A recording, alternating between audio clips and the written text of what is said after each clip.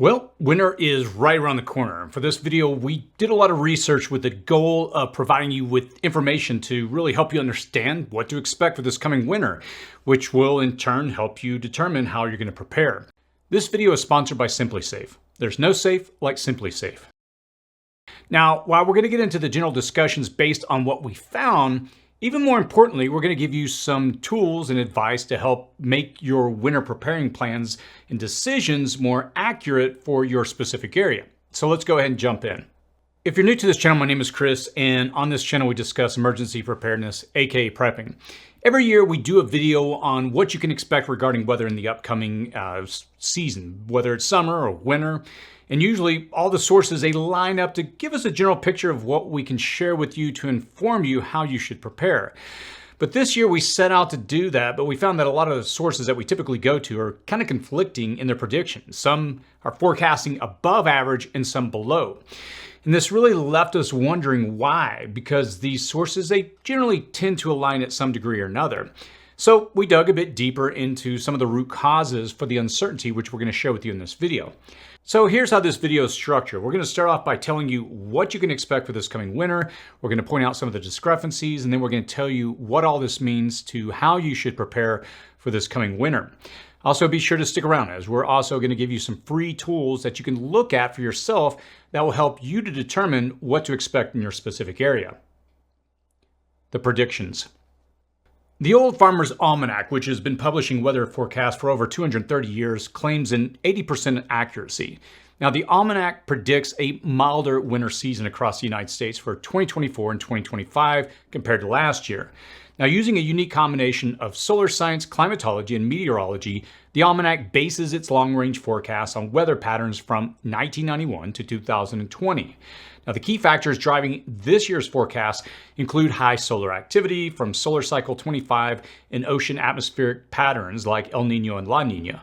Now, overall, warmer temperatures and below normal snowfall are expected across much of the middle and lower United States, with Oklahoma and the north potentially getting above average snowfall.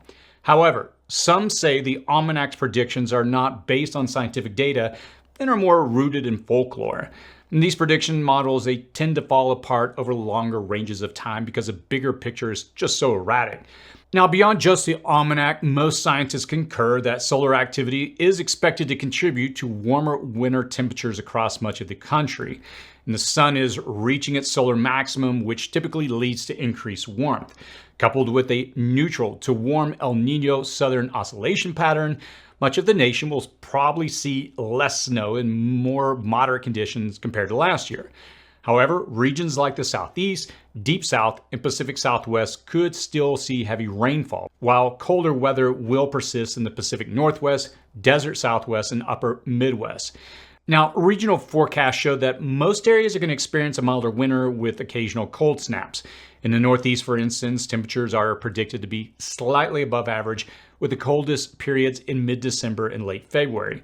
The Northwest will also experience above average precipitation. Southeast and Florida are going to see wetter than normal conditions, but other predictive models say that these regions will experience below average precipitation. And it's not the first contradiction when you look at multiple well-known and respected sources. I'll discuss that momentarily. If you live in the Southeast, you should probably prepare for drier than normal conditions punctuated with brief periods of massive rainfall. The Ohio Valley and Upper Midwest should, according to the predictions, experience colder weather with periods of snow in the same high precipitation. Areas like the High Plains and intermountain regions will have near normal snowfall, while Alaska and Hawaii are going to experience warmer than usual winters. You can expect below average temperatures dipping from the Northeast across the top of Texas and in a curve just above Florida. Thanks to SimpliSafe for sponsoring this video. I recently purchased a piece of property, and one of my first priorities was installing not only a security system, but one that was 24/7 professionally monitored. I'm not always there, and I don't want the hassle of having to monitor an app to check in on the property every time I get an alert. Before SimpliSafe approached me for this sponsorship, I actually got several quotes from several local security companies. Now, between their high upfront equipment cost, high monthly premiums, and monitoring and multi-year contract requirements, I went with SimpliSafe in their equipment. I installed it myself and I purchased their monitoring, which does not require a contract. It was just a no-brainer for me. I've installed their exterior wireless cameras, which allow me to monitor the property remotely. And along with their base, interior cameras, door sensors, motion sensors, door keypad, water monitors, and other equipment, I'm pretty much covered. They have also rolled out a smart alarm indoor camera, allowing their agents to speak to intruders in real time. And with their new Fast Protect monitoring and Live Guard protection, SimpliSafe agents can act within 5 seconds of receiving your alarm. For me, it's just giving me a peace of mind that my investment is protected when I'm not there. You can save 50% on your system plus a free indoor security camera, and your first month is free when you sign up for Core monitoring. Visit simplisafe.com/cityprepping to customize yours. There's no safe like SimpliSafe. So let me summarize what we just went over for these predictions. I'm not really confident with these predictions we just went over from any of the sources, and here's why. I was recently talking to a long-range environmental PhD scientist who regularly works with farmers throughout the United States, and she said one of the problems that they're dealing with at the moment is that the data on ocean temperature, the atmospheric CO2 levels, sea ice, precipitation patterns, and even ocean salinity and ice sheet mass are at the moment in uncharted territory when you look at it year over year. Now, the predictive models built just last year are beginning to be tossed out because they have to calculate in these new data points, the new variables that they're dealing with. And this too has been a problem for professional forecasters, meteorologists, and scientists in recent years. These variables they typically use they're changing fast, and they're trying to keep up with them. They're having to look at data they haven't even seen before, many in their lifetimes, and it's pushing to the more extreme year after year for the last several years. They're having to compare, in some cases, the data they're seeing now to fossil records and ice core samples that captured a period of time far before our industrial age and humanity's massive expansion and domination of semi-inhabitable areas. The full impact of 100 days over 100 degrees in Phoenix, for example, well, we just don't know because there wasn't people in Phoenix the last time we think that happened. If there weren't many of them, and they probably didn't keep records. And the same can be said for the current ocean temperatures, which stop many in the scientific communities I talk to dead in their tracks. It's leaving many of them not wanting to make long-term predictions because the unknown impact and variables are too great. And for many of them, this creates problems when they're trying to determine with any degree of certainty how the future weather patterns may play out. And there's also the lack of ability to make broad predictions when the data is so all over the place, outside of the normal parameters. Where I might get a historically high number of inches and rain this winter, the next town or state over might experience a deepening drought. Anyone trying to make a broad prediction, one that would also encompass your area, is probably overshooting the mark and not going to provide you with what you need to know. It's a difference between a broad stroke and a fine line. So what do you need to know about your winter, and where can you find it? Before we proceed, let me say, I'm not discussing climate here or climate change or any of that. I'm just simply trying to give you an accurate forecast of this winter. And what I think you have to brace for is a little of this and a little of that, but not the stability that you might be hoping for.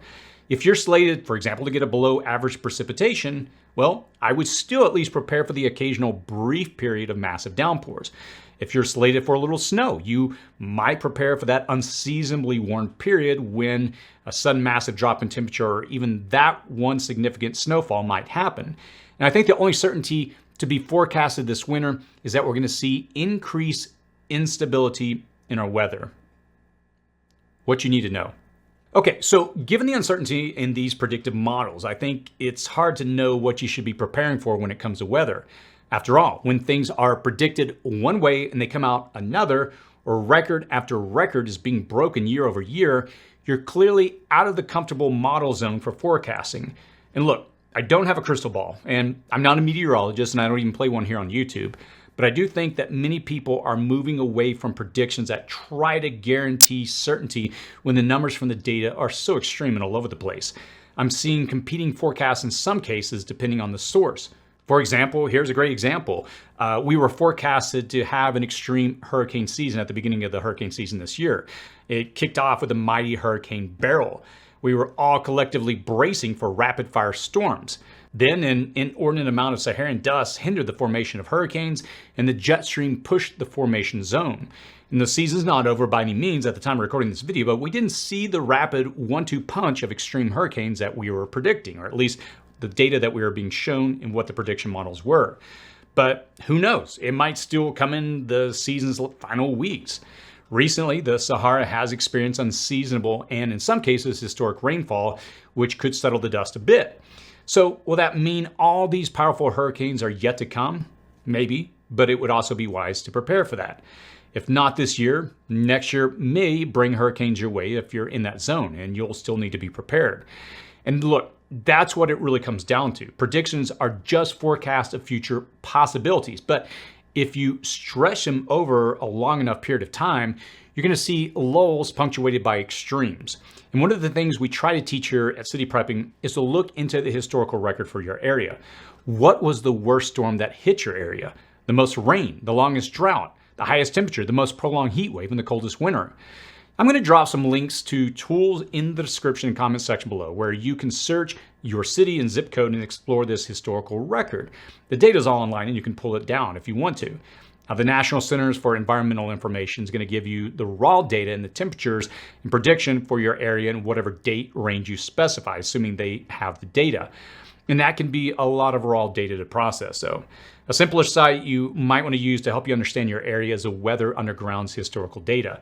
You can find the same data expressed in easier to read and comprehend visual charts.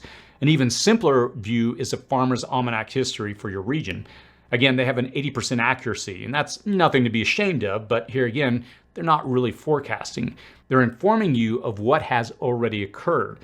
Here too, you can just use your zip code and see lots of historical data. Again, I'll link to these tools in the description and comment section below. Finally, I like to hear the stories and find old newspapers. You can talk to an old timer or look at your area's microfiche in the library, and you're going to be shocked to see some of the older water lines from floods and the tales of extreme weather and sometimes survival, but it will help to give you a good sense of these extreme conditions that your area has faced in the past. The possibility of facing the same or worse in the future is why you should be preparing.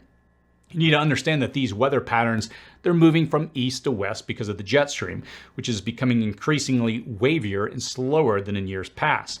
That's going to continue to contribute to more unpredictable weather patterns that linger longer and then suddenly, but briefly, shift to the other extreme. And this is a bit of a nightmare for farmers and home gardeners, as it can result in losing blooms, fruit not setting properly, or causing beneficial bugs and animals to emerge from winter too soon. So, even as you enjoy an unseasonably and uncharacteristically warm day this winter, you need to understand that it might dramatically impact agriculture in your area. So the next steps is to imagine that extreme if it were to happen today. Would the power go out? They didn't have to worry about that during the Great Snowstorm of 1888 because there was no electricity, but you need to consider it today. Our world obviously depends on energy, sometimes to maintain a livable home environment. And chances are that you don't have the same food stores that they had back then, enough to really get you through a long winter. So it's essential that you aren't dependent upon running to the grocery store when the power's out, and there's no clear timetable of when or if the services will ever be restored. My encouragement for you is that your next step should be to understand how these services like electricity, gas, sewer, emergency, and medical, they can fail, and then to prepare your solutions to be independent of them for the longest period of time that you can. So let me wrap this up by saying that I'll leave you with two videos that I would encourage you to watch after this one. And they're both here on the side of the screen. And again, I'll post them in the description and comments section below. The first, How to Survive a Winter Outage, is going to help you to understand how to survive if the grid were to go down should you face extreme weather in your area this coming season. And then I'll also link to a video on building a 3-week food supply. We often link to that one because it's really fundamental to help you in your preparedness. If a significant disaster does impact your area this winter, you're going to be glad that you watched these videos. And while it's hard to know exactly what will happen this winter, you can begin to put plans in place now to survive if the unthinkable happens. As always, stay safe out there.